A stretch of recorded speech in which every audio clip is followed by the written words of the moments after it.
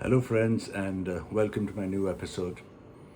Today, I'll be talking about one of the greatest bands in the world, a band who needs really no introduction to music lovers, the Beatles. And in specific, I'll be talking about Peter Jackson's documentary, The Beatles Get Back. Now, the Beatles, apart from being the tremendously successful band that they have been over these years, it's more than just commercial success that defines the Beatles. And perhaps the legacy that they have left behind stretches beyond just their music. Art, culture, fashion, lifestyle, nothing was left untouched by these four magicians from Liverpool. And it's indeed amazing that it's over 50 years since the band broke up, and yet their influence and their impact can still be felt. Beatlemania, it seems, has just not gone. It continues to march on. A brief background on the documentary that I want to talk about, Get Back. Get Back started off as an album in 1969, as a thought really in 1969, when the Beatles wanted to return to their roots, hence Get Back. In 1966, after 3 years of extreme Beatlemania and conquering the world all over, the Beatles had decided to stop touring in 1966 and focus more on studio. And hence, from 66 onwards, when their live tours stopped, the Beatles essentially became a studio band. And one of the first outputs of that extra time spent in the studio was Sgt. Pepper's Lonely Hearts Club Band, a milestone record in the history of Western civilization. That's how it was called by the New York Times musical papers. Anyway, the Beatles continued with their experimentations in the studio and followed Sgt. Pepper with other albums like Magical Mystery Tour and the album called The Beatles, which was also known as the White Album. And it was then that they decided that they really wanted to get back to their roots of playing good old-fashioned rock and roll without any studio enhancements. And one of the first steps towards that was their single, Hey Jude, which they performed on the David Frost show in front of a live audience. And they realized that playing in front of a live audience gave them that thrill again, that kick again, which they had been missing for a few years now. Hence, they decided to start work on their new album, which would be a stripped bare album of plain and simple rock and roll songs without any studio embellishments. And they also decided that they would be filmed while making that record. And the fans could get a first-hand view of what goes into making a Beatles album, how are songs formed and developed and take their final shape. So behind-the-scene documentary was planned, and it was thought of that that film or that documentary would end with a live performance. Now that is the thought with which the Beatles on 2nd January 1969 entered Twickenham Studios.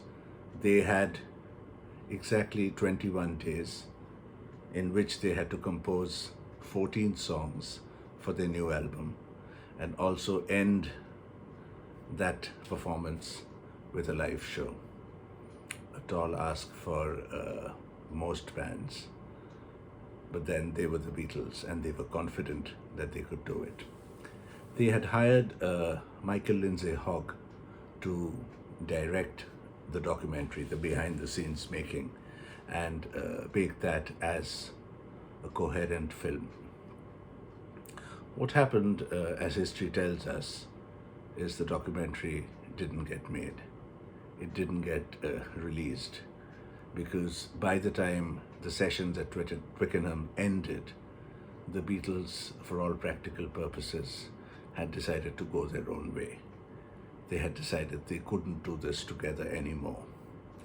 And by the time they left Twickenham Studios at the end of January, there were about 150 hours of audio recordings and over 60 hours of video footage, which just remained in the vaults. Producers like Glyn Johns and later on Phil Spector, the legendary record producer Phil Spector, came in and tried to revive the album, added strings, added chorus, and a lot of other things. But by then, the Beatles themselves had washed their hands off the project and they weren't interested anymore. Of course, as history tells us, the Beatles did get back together once after this aborted album and worked on their final album, which turned out to be Abbey Road, one of their greatest albums of all time, with the iconic cover of the four of them crossing the zebra crossing. And Abbey Road eventually was their last album, but the Get Back sessions, which had begun in January '69 and ended towards the end of January, lay unfinished. In 1970, when the Beatles had broken up, Paul McCartney released his solo album McCartney, and along with the album had an interview where he clearly, made it out in the open to everyone that the Beatles no longer existed as a band. He was happy to go solo.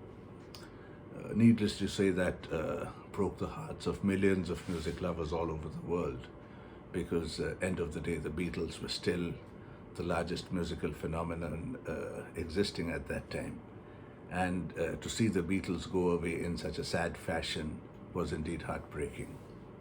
But work continued on the Get Back sessions, albeit without any input from the Beatles. But people like Glyn Johns and George Martin to an extent, and also Phil Spector, they worked towards releasing a slightly coherent album, and they decided to call the album Let It Be. Let It Be, as most Beatle albums would, top the charts. An accompanying film by Michael Lindsay Hogg also came out. That was also known as Let It Be. And this DVD is very hard to get because it's not in circulation anymore. Let It Be was the soundtrack of Let It Be was nominated for an Oscar for the best song, but it didn't win, and none of the Beatles even bothered to show up at the London premiere of this movie. But what happened in this movie is it turned out to be a very sad saga, a very sad and depressing tale of four best friends, four musical geniuses, trying to work towards an album and ended up breaking up with one another. And the film captures this grim, glum, and dreary mood each of the band members seemed to be at that time, and made quite unhappy viewing, even for people like us who are die-hard Beatle fans, and did our best to get hold of the movie and watch it. Watching it was quite a drag, because it wasn't easy to see the Beatles fighting and bickering with one another, and the overall mood of the film was a gloomy and dark one. And that's how we all lived with Let It Be, the album and its accompanying movie, for the last 50 years. Until in 2019, nearly half a century after the sessions were done, it was discovered that there were 60 hours of video footage available from those sessions. And Apple Corps decided to get renowned director Peter Jackson, famous for Lord of the Rings and The Hobbits, to work on that footage and see if anything could be made out of those sessions, out of the video footage that had so far been unseen by anyone in the world. And us Beatles fans, we waited with anticipation and a bit of anxiety as to what would come out of that footage. And all our apprehensions and anxieties were laid to rest when sometime around July of 2020, when the world was reeling under the effects of COVID and the pandemic, and most places in the world were under lockdown. As always, when the situation was bad, when the news was depressing all over, good news came in the form of the Beatles. Peter Jackson shared with us a sneak preview of what Get Back was going to look like. And one of the most heartwarming and one of the most encouraging things that Beatle fans heard was, having gone through that footage, Peter Jackson said it was not all glum and grim and dreary. There was a lot of bonhomie, there was a lot of fun between the four of them, and there were moments of real warmth and happiness and positivity. That came as a breath of fresh air to most of us who had lived all our years believing Let It Be to be one of those sad episodes that ended the Beatles' career. Get Back, the documentary, is a 3-part documentary, each part being 2 to 2.5 hours, and it premiered today, 25th November, and the second part will come out tomorrow, 26th November, and the third part on 27th November. And as Peter Jackson had promised, it's not all glum and grim. It is a wonderful experience. Having just finished seeing the first part, I can say that it's a wonderful, wonderful experience watching the four lads talk to each other, joke with one another, bicker at each other, at times get cocky and cheeky with the others around them. And it's a magnificent fly-on-the-wall experience, just watching four great people, four great musicians at work on their new album. And there are so many moments of absolute high in these first 2.5 hours that we've been privy to watch today. It's absolutely brilliant because at times it just seems they're going nowhere and they're just rambling along with unfinished songs. And suddenly you have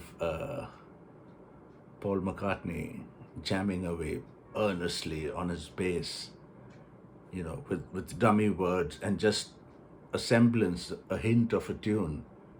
And it takes you a couple of minutes to realize that you're watching Get Back, the song, being born right in front of your eyes. I mean, what greater joy for any Beatle fan that you're watching Paul McCartney compose Get Back right in front of you. It's absolutely amazing. And similarly, there are moments of absolute brilliance where John is improvising on Don't Let Me Down. And it's amazing to see how the song reaches where it does in the end, from where it starts, with Harrison and McCartney providing backing vocals and harmonies, and Lennon not being happy with it, and he changes it. And it's just amazing that, the musical genius that each one of them were is on full display at these sessions, no matter what they would have been going through personally or individually. But when they came together as a band, it really clicked. There are some great moments in the first episode where we see George Harrison practicing what would become his solo album, All Things Must Pass. Starts off as such a beautiful and haunting song. And there's this line which John Lennon improvises, and Harrison says, the winds will blow the clouds away. And Lennon suggests, why don't you change that line to, the mind will blow the clouds away. Absolutely fabulous. I wish Harrison had listened to John and kept that line. What a brilliant line. And there are moments of such brilliance in the first episode. There's this wonderful sequence where Linda Eastman, still Eastman then, not McCartney, Linda walks in with Paul and she's having a chat with Ringo and a couple of the other cameramen. And Paul says, I'll just go and do my piano practice. and he starts off with the chords of The Long and Winding Road, and the Beatles roadie, Mal Evans, is there, and he's sort of sitting with Paul and, figuring out the words and suggesting a phrase or two here and there. And it's amazing to see these stalwarts, these absolute legends, give birth to such classics, such iconic songs, such as Get Back or The Long and Winding Road. There's a brilliant section of John Lennon and the others singing Across the Universe, and I think it's one of the best examples of John's poetry. The words of Across the Universe are so brilliant, and yet, the first episode that we have seen is a beautiful mix of harmony, bickering, being cheeky, being cocky, being fed up with one another at times, and also underlying all that, the wonderful love that the four of them shared with each other. And I think no matter how big the Beatles' success is and how great their music is, at the end of the day, the Beatles stand for friendship and for love and for that bond which enabled them to provide such great music and such great moments of happiness to all of us. So all in all, I'm super excited, having just completed the first episode. It's showing on Disney Hotstar, The Beatles Get Back. You can see it from today. The first episode has been aired today. Tomorrow I'm eagerly waiting to see part 2, and day after will be the third and the final part. Do watch it. If you're a Beatles fan, I'm sure you're going to watch it. Even if you're not a Beatles fan, which is, I guess, a rarity. But even if you are not a Beatles fan, still do watch it to see the greatest band in action on how they made their last album. It's a wonderful watch. As I said, Peter Jackson has managed to make this a true fly-on-the-wall experience. At least that's what the first part has made me realize. And I'm only expecting the second and third part to get better. Along with the documentary, which has just been aired, is this beautiful book called The Beatles Get Back. And it has a lot of pictures from the sessions and writings by Paul and the others. It has some. It's a heavy coffee table book, and it has some wonderful pictures inside of the band working on the album. And it is a must-have if you're a Beatles fan. It has a lot of transcripts of the dialogues and of some of the things they said and did, and some wonderful pictures, some clicked by Linda Eastman herself, and some clicked by other photographers who were present there. But it's a beautiful book. It has a foreword by Paul McCartney, and I think it also has something written by Ringo Starr. Don't miss this book. It's available on Amazon, so you can pick it up. The Let It Be the Let It Be DVD, the original Let It Be, which was the Michael Lindsay Hogg film, is unfortunately not available. But there are a few sites where you might still get a bad copy. But don't waste your time chasing that. You've got something much better to look forward to. It's Peter Jackson's Beatles Get Back documentary. The first part has just come out today. It's fabulous. And I'm sure part 2 and part 3 will be as good, if not better. Another reminder that the documentary is shown on Disney Hotstar from today. So don't waste time. Do watch it and relive those glorious days of Beatlemania. That's all for this week, and until the next time, bye for now.